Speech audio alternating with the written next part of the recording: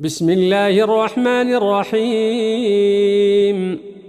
تبارك الذي بيده الملك وهو على كل شيء قدير، الذي خلق الموت والحياة ليبلوكم أيكم أحسن عملا وهو العزيز الغفور، الذي خلق 7 سماوات طباقا ما ترى في خلق الرحمن من تفاوت، فارجع البصر هل ترى من فطور، ثم ارجع البصر كرتين ينقلب إليك البصر خاسئا وهو حسير.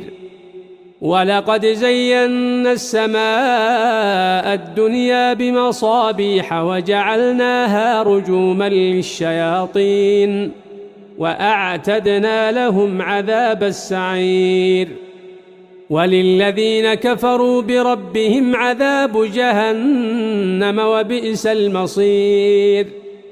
إذا ألقوا فيها سمعوا لها شهيقا وهي تفور، تكاد تميز من الغيظ، كلما ألقي فيها فوج سألهم خزنتها ألم يأتكم نذير؟ قالوا بلى قد جاءنا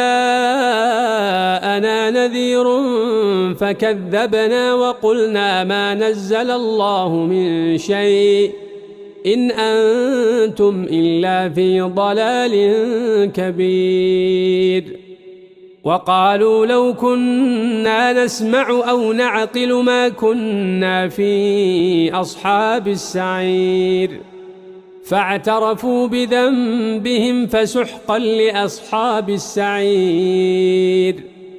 إن الذين يخشون ربهم بالغيب لهم مغفرة وأجر كبير. وأسروا قولكم أو اجهروا به إنه عليم بذات الصدور. ألا يعلم من خلق وهو اللطيف الخبير.